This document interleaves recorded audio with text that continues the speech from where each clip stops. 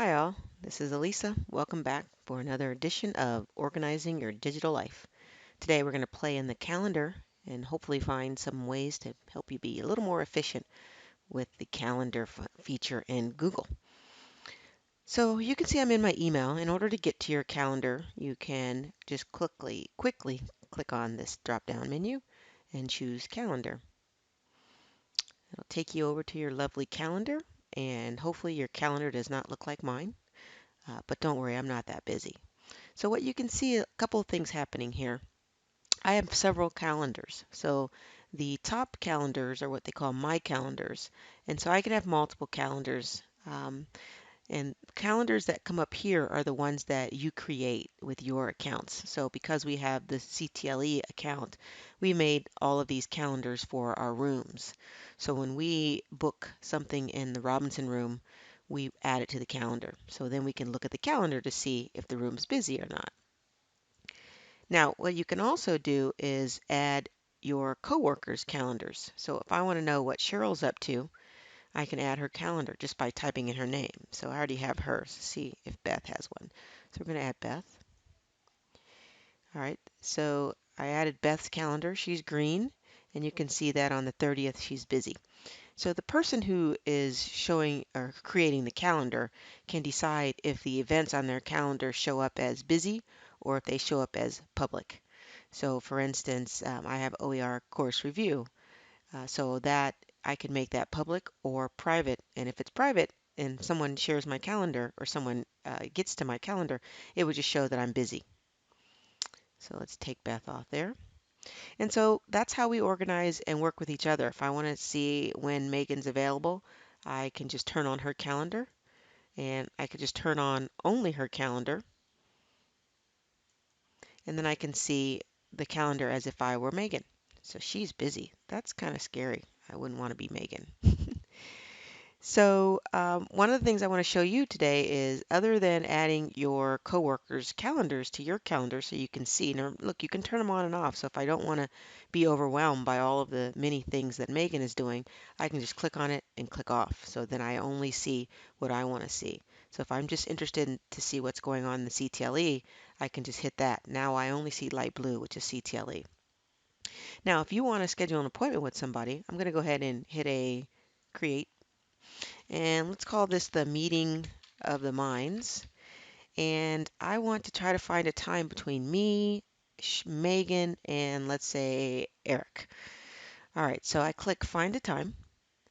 And so it shows my calendar, or it shows the CTLE calendar. Let me go back and turn on my calendar really quick. Okay, so you can see that now I have my calendar displayed, and I pick a day. So let's say I want to find something for the 27th. All right, now who do I want to meet with? So I'm going to go over here and I want to meet with Megan. So I add her. I want to meet with Eric. And you see that when I added Megan, that her calendar showed up here on the right. Now if I add Eric, now I have a column for Eric. And so what that does is it allows for me, of course I don't want to meet at 9:30 in the morning, so let's go up to about 8 a.m. Okay, so now you can see that on the 27th, Eric is busy from 9 to 1. I don't know what he's doing because he has his private events. But over here, I can see that Megan's also busy. She has a QM meeting and she also has CTL directors retreat. So that's probably not going to be a good time to meet since I'm supposed to be at that CTL directors meeting too. So let's click over here and go to Tuesday. Oh, so Tuesday's going to be a better day. I can see that in the morning, 8, 9, 10, 11, everyone's pretty much free. In fact, Eric has nothing on that day. So if I say, let's meet at 9, so I click that 9, and now my meeting is from 9 to 10 on the 7th. And all of these three people will be invited. So as soon as I hit save, it's going to send an invitation to all of these people. And then they can decide if they want to accept it. So here you can see I have an invitation from Tressa for a meeting. And I can hit this drop down menu and say yes, maybe, or no to that meeting. And then, of course, that gets back to the original person. So when you're creating this one, if any of these people say no, then you can go back in and try to find some other time. So while you're doing this, if you need any extra help, you can see there's a link right in your calendar that you can click that and it'll take you over to this page. It talks about how to add people to your event, how to invite people, how to track the responses, and so forth. So if I go into a meeting, so let's go back to my calendar and let's discard that. So I did schedule that meeting or accept that meeting invitation right here. If I go in and look at that, more details, you can see here the guests have check marks. So these people have accepted the meeting request and they're still waiting for Megan to reply. And if she replies no, then there would be an X there. Okay? Okay, so I want to show you one last thing for those of you that are teaching a course. I'm going to go over into my Canvas course. And if, as you know, you have a calendar in Canvas.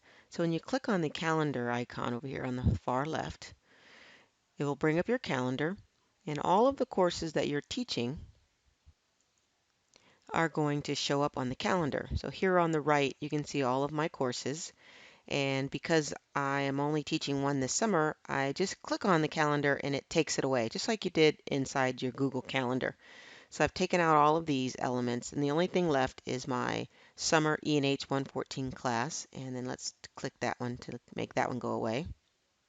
Okay, so now it's grayed out. So the only calendar that's showing is this purple one, which is my E&H course. So you can see I have all of the lessons and the days that they're due. So what you can do is scroll down to the bottom. You can see that there's a calendar feed. When you click that, it pops up this URL. And so you'll copy that URL and go over to your calendar. And where it says Other Calendars, not My Calendars, hit the drop-down arrow next to Other Calendars and then say Add by URL. Then you paste that URL in there. You want to decide if you want this to be publicly accessible. I always say yes. And then you click Add Calendar. Now I already added mine, so I'm going to cancel that. And so now in my other calendars list, you can see as I scroll down, there's one for E&H 114. It's orange over here because purple is my other calendar. So now I can check just quickly any time of the day just to make sure that I know when assignments are due or lessons are due and make sure I can remind my students of that. I don't want to see this every day, so I just click it and it takes it away.